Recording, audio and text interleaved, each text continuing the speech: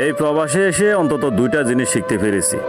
একটা হলো আমার নিজের বলতে কিছু নাই, আরেকটা হলো আমাকে আমি ছাড়া দেখার মতো আর কোনো লোক নাই। মাগো আমি দূর প্রবাসী, লয় না যে কেউ খবর। হাজারো সুখ মাগো আমি বুকে দিছি কবর।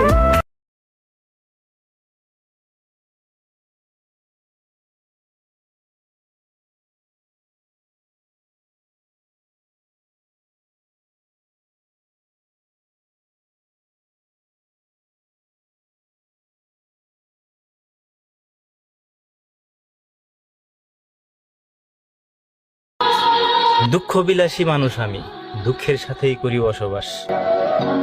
সুখের অতটা আশাও করি না, কিন্তু মন মানে না। হঠাৎ করে সুখকে ছুঁয়ে দেখতে চাইলাম। সুখ আমাকে বলল, তুই তো কষ্টের রেগুলার কাস্টমার।